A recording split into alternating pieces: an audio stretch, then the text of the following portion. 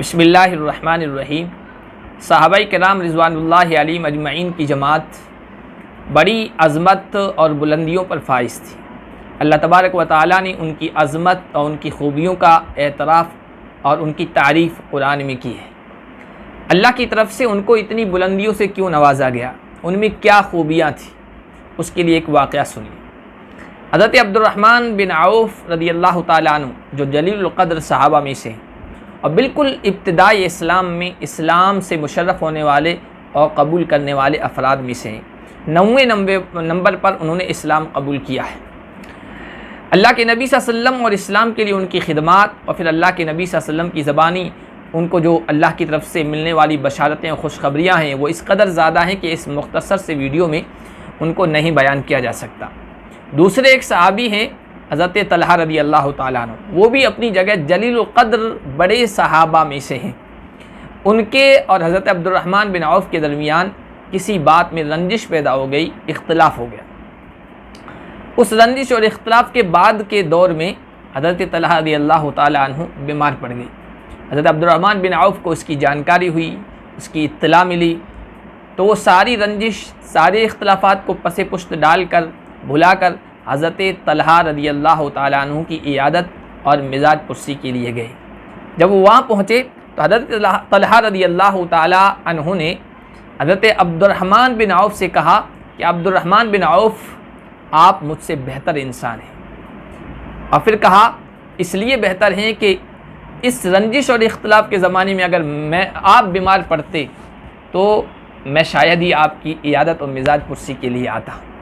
ये वाक़या बताता है कि वो दो औसाफ, वो दो बुनियादी खूबियाँ और अच्छाइयाँ क्या हैं जिनकी वजह से कोई भी इंसान अजीम बनता है, बड़ा होता है, अज़मत की बुलंद चोटियों पर फाइज़ होता है।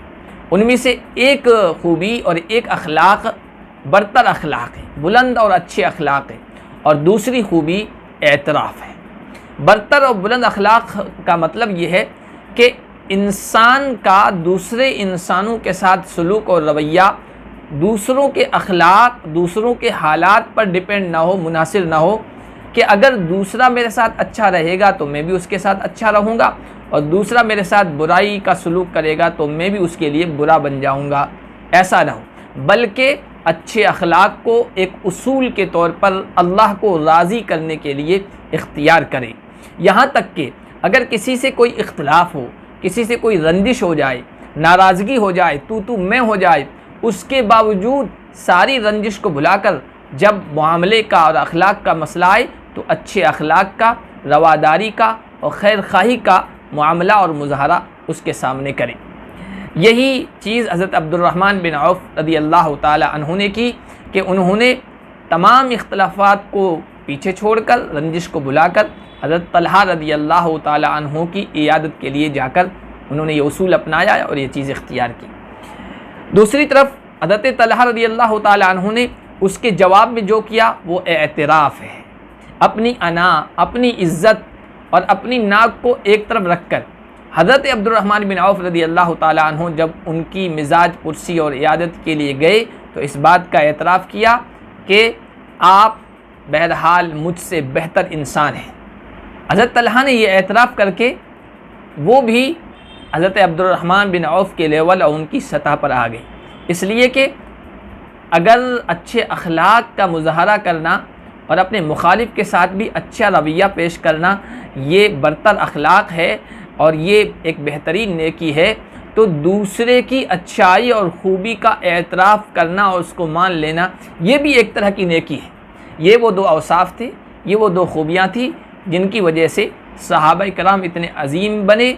अल्लाह ने उनको बड़ी अज़मतों से और बुलंदियों से नवाजा, और यही वो दो खूबियाँ हैं जिनसे आज हम मुसलमान आरी हैं और जिनसे हम खाली हैं, जिसकी वजह से आज दुनिया में जो ज़िल्लत और खारी हम जिसका सामना कर रहे हैं वो जग ज़ाहिर है, सबके सामने है। अल्लाह तबारक व तआला इन दो खूबियों से हमें मुत्तसिफ़ होने की तौफ़ीक़ अता फ़रमाए।